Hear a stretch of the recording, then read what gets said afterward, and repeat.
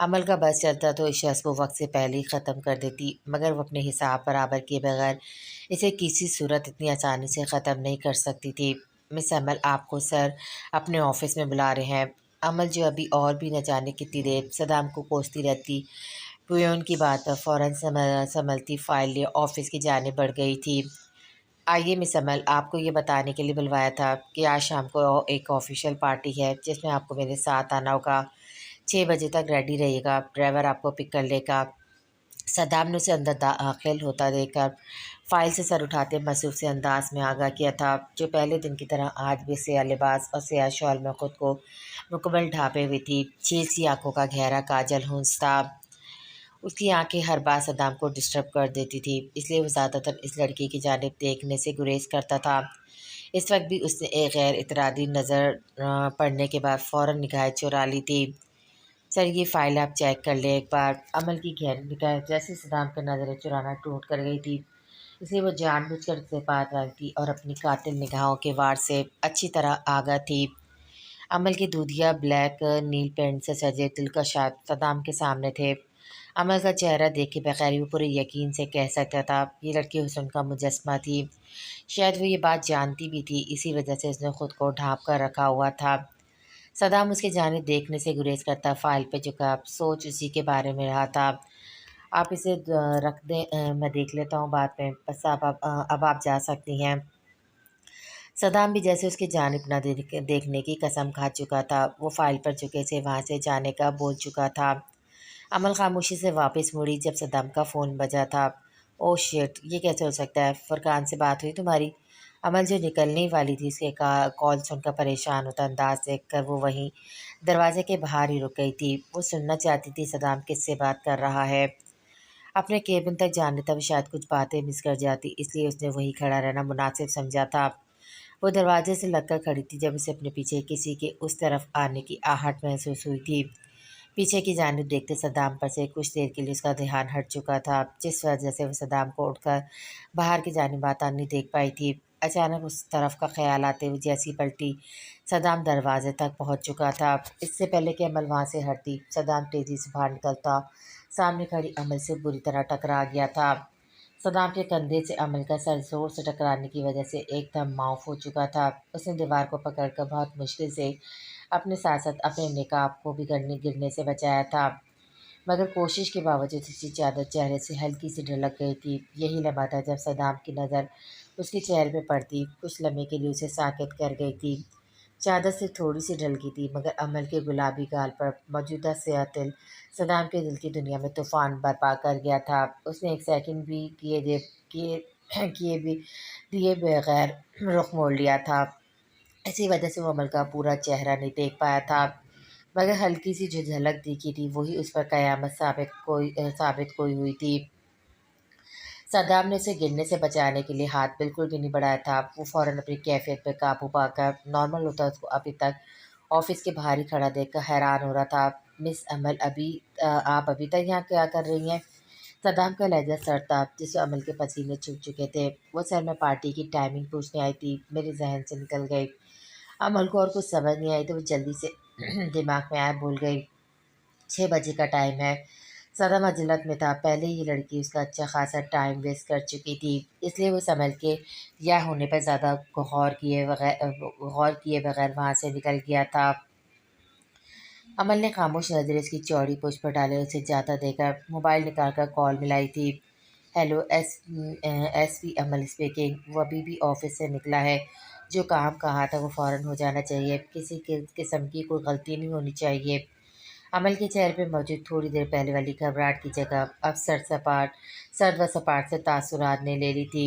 Saddam کے وہم و گمان میں بھی نہیں تھا کہ اس کے سامنے سادگی کی تصویر بنی اس کی سیکرٹری اصل میں کون تھی، اور اس کے لیے دل میں کس قدر نفرت اور انتقام لیے بیٹھی اس کی زندگی میں صرف اسے برباد کرنے کی نیت سے داخل ہوئی تھی۔